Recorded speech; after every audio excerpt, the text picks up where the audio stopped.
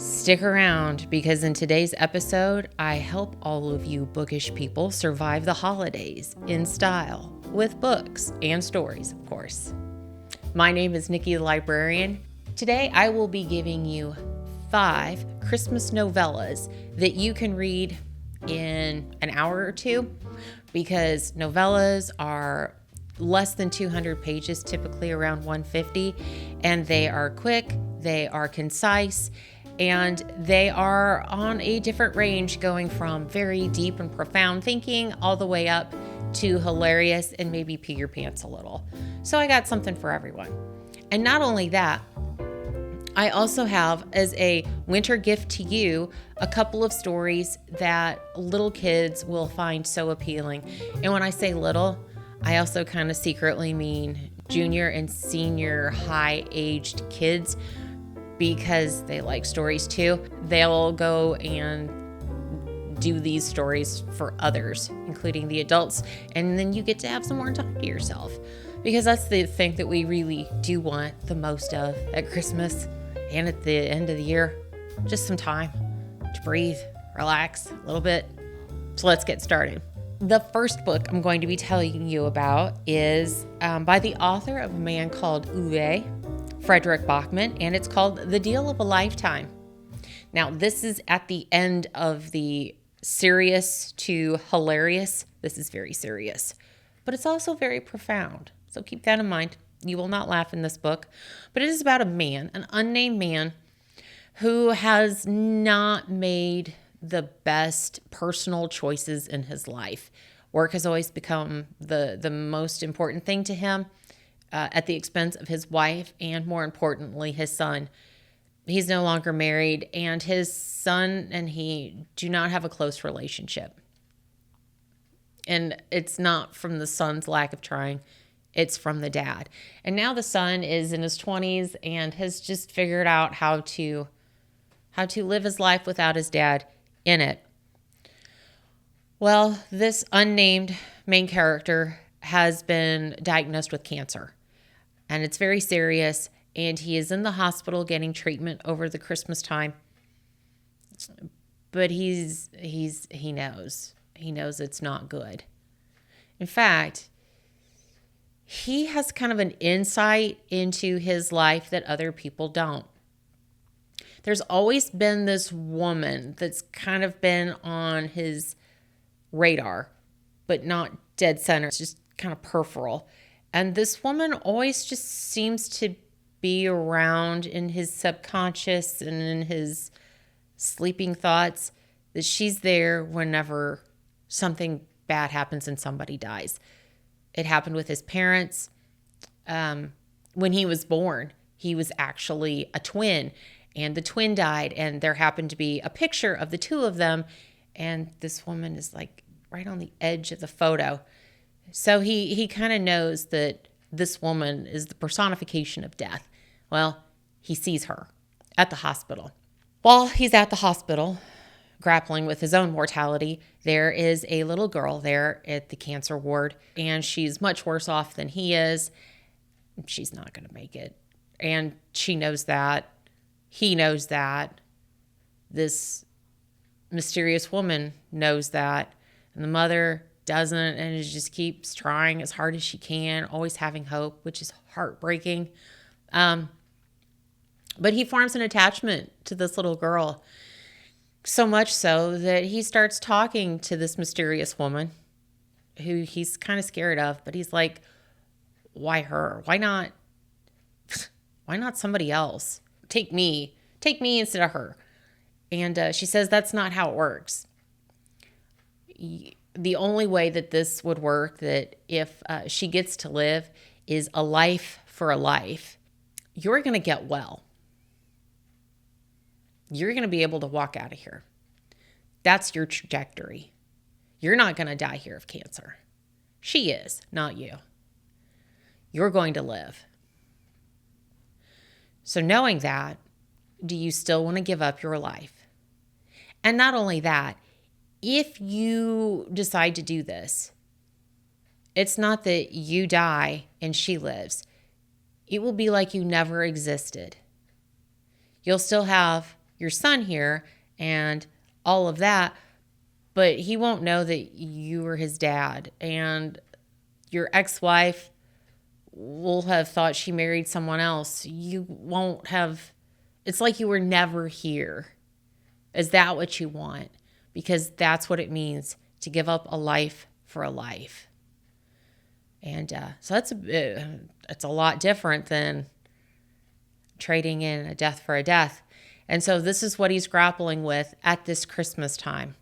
That's a big ask. So this book, it was kind of hard to get through, but I'm glad I read it. I wouldn't say it was entertaining, but it was very thought-provoking.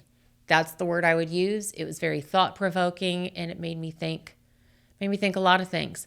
Much like this other book that I'm going to tell you about, Small Things Like These by Keegan. If you have ever read anything by Keegan, the woman can write a novella, and what she does in 150 pages is breathtaking. I've read one of her other books this year, and it's one of the best books I read in 2023, so I'll be talking about that later on. But Small Things Like These is about a man who has been married. He has 5 daughters. His mom passed away when he was pretty young, so he was raised by the woman where his mom was the maid at. His mom was unwed, and this book takes place in 1985 in Ireland. So, subtract, the 40 or 50 years when his mom was pregnant. She had a very hard time in that world and in that environment. Furlong has had to grapple with being a fatherless child for a long time, and he has a real soft spot in his heart for unwed mothers. And one winter before Christmas, he happens to be making a coal delivery because he owns the coal lot. And you would think, oh, well, if he's, giving heat to people and, wood and gas and things like that, I bet he makes a really good living. No, they are getting by. They're getting by pretty well, but they're not living the high life. And he makes a delivery and he sees something that's very unsettling, and he has to make choices, hard choices. Choices that, not everybody is going to agree with or disagree with, But in 150 pages, another thought-provoking book, not fun, but really talks about how we have obligations to other people and what those obligations mean just as one human to another. It was very good. Very good. My next book, we are moving up the ladder a bit, and so we're a little bit more lighthearted, quite a bit more lighthearted. It's Skipping Christmas, a novel by John Grisham. This book came out quite a few years ago, short one as well. And this is about a couple that every year they do the Christmas thing, huge lights, big displays, lots of presents, everything's decorated, all kinds of stuff that's just very draining on your time, your energy, and your bank account. They have one daughter who is away at college, and this year she said that she's not coming home. She is going to go hang out with her friends, family. So it's just this couple. And the husband, Luther, convinces his wife to skip Christmas. Let's just go on a cruise. We'll go on a cruise to the Caribbean. We don't have to buy presents. We don't have to decorate. We don't have to make all this food. We don't have to send out Christmas cards. We don't have to do any of it. She's resistant at first. And, it's fun because they're going shopping for stuff for warm weather, and they live where it's cold. And everybody in the neighborhood's like, why haven't they put up their Christmas decorations yet? And why haven't I gotten a card from them? So there's just all kinds of talk in their small town. Because if you live in a small town, people are going to talk. And so they have to, and this is basically the question, do we decide to conform to other people's version of what we do at the holidays? Or do we decide what we're going to do for ourselves and do the things that bring us the most joy? So I don't want to give away the ending if you haven't read the book yet, or if you haven't seen the movie, Christmas with the Cranks. But it's funny, it's cute, and I recommend it.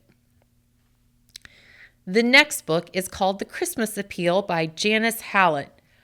I loved this book. It came out it was just this October.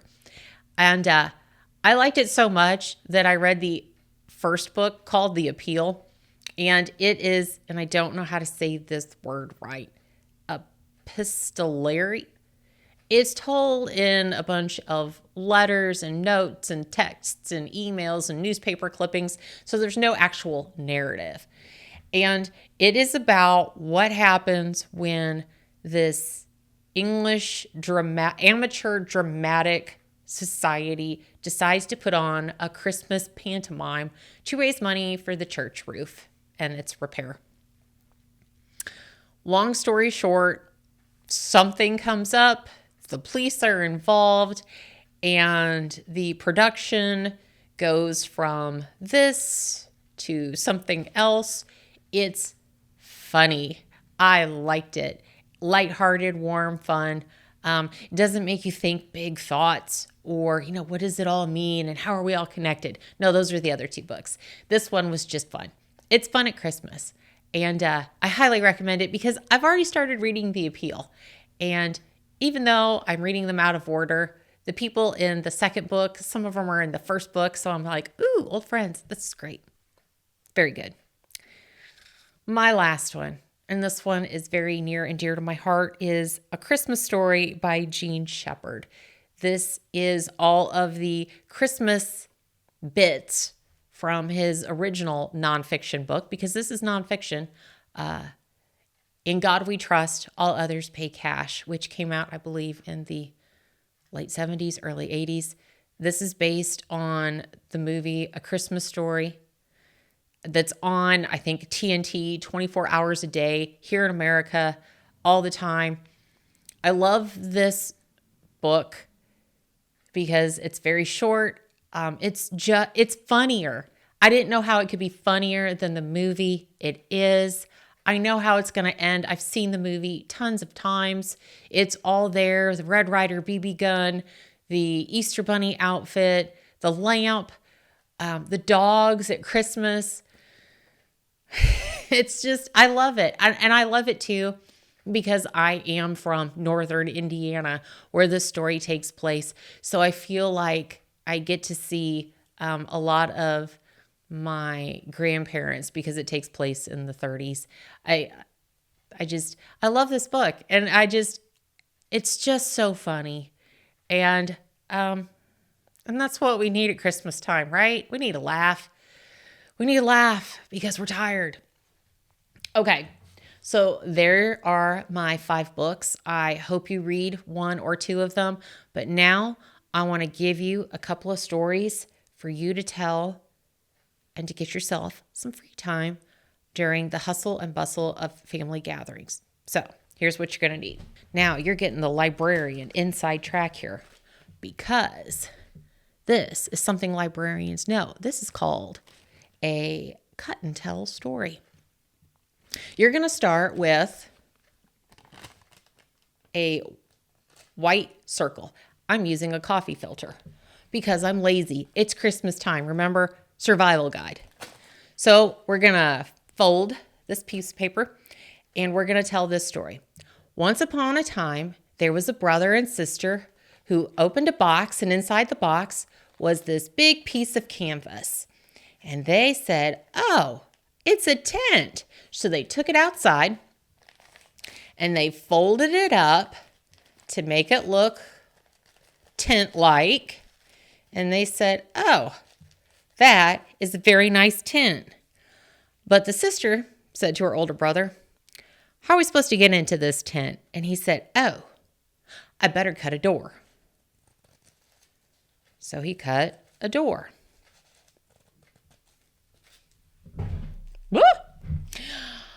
And she said, well, that's nice and all, but you know what? Our cat and our dog, I feel like they need a door too to our tent. So he said, okay, I will make a little cat door for the cat. A little one for the cat. And a slightly bigger one for the dog. Because the dog wasn't like a Great Dane. It was just a medium-sized dog. And she said, that looks pretty good. Oh, let me get the rest of the door off there. So the brother, the sister, the cat, and the dog, they go inside the tent, and it's really dark. And he says, you know what? I think we need some windows in here because it's dark. And he said, I really like it when I can see the sun come up. So I'm going to put a window here on the east side of this tent. And she said, that's nice, but I think I'm going to put a window on the west side of the tent because you know me, I like me some sunsets. So they did. So they're getting all settled in there, and they said, you know, if we have a little fire in here, that will keep us nice and warm, and then we don't have to keep running back inside. So they cut a hole in the roof of the tent so that the smoke would have a place to leave, and so they were so excited. They went back inside. They got all of their coats and sleeping bags and blankets and fuel and food and hot chocolate. And they went back out into the tent and they said, we're going to spend the night here and it's going to be cool because we're going to feel so grown up. So they did. And as they're laying there in the dark, looking out through the hole, what do they see? It started to snow. So I tell you what, my 20 years of being a school librarian, I have told that story over and over and over to all kinds of classes, all kinds of kids. They love that story. And then the younger ones had to remember how to tell the story so they could take it home. And I bet you your nieces and nephews, sons and daughters are going to feel the same way. So there's one. Here's another one. This one is a draw and tell story. Okay. Also winter themed. Let me see if I can tell it well because it's all... Ooh, let me go over here. So once upon a time, there were also 3 siblings and they got a sled for winter. They got a sled for winter. And the 3 of them got on the sled to go down the hill. So there's 1, there's 2, there's 3. On the sled going down the hill. Once they got to the bottom of the hill, they fell off the sled and landed right there in the snow. 1, 2, 3. Well, they had such a good time that a couple of other kids, their friends, showed up.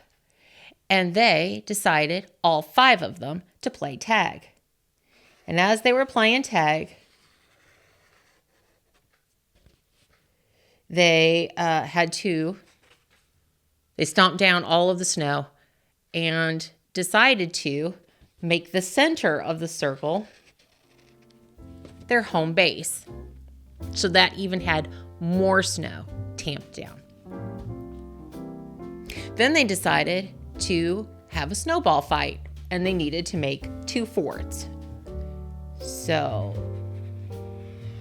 the brother and sister and the other brother who went down the sled, they built a fort up there where they had fallen down at the bottom of the hill. And the other 2, because they worked really, really hard, they built a great big fort down below. The snowball fight happened, and it was epic.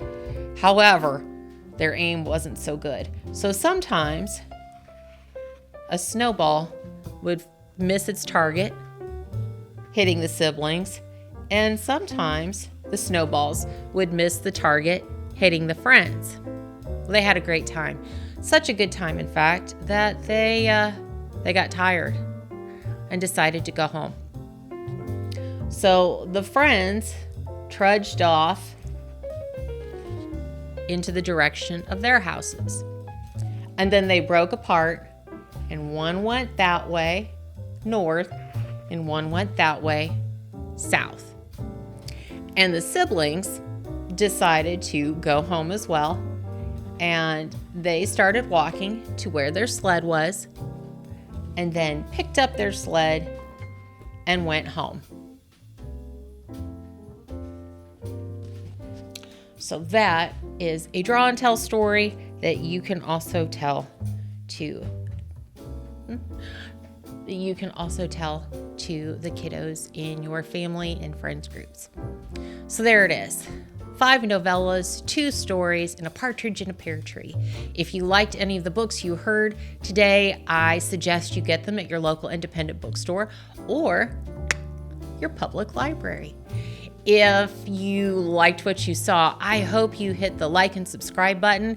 And if there are Christmas novellas that you should recommend I read, please do so in the comments. I've had a really good time reading these Christmas novellas. Don't forget, every Sunday a new episode drops, and I will see you next time. Bye.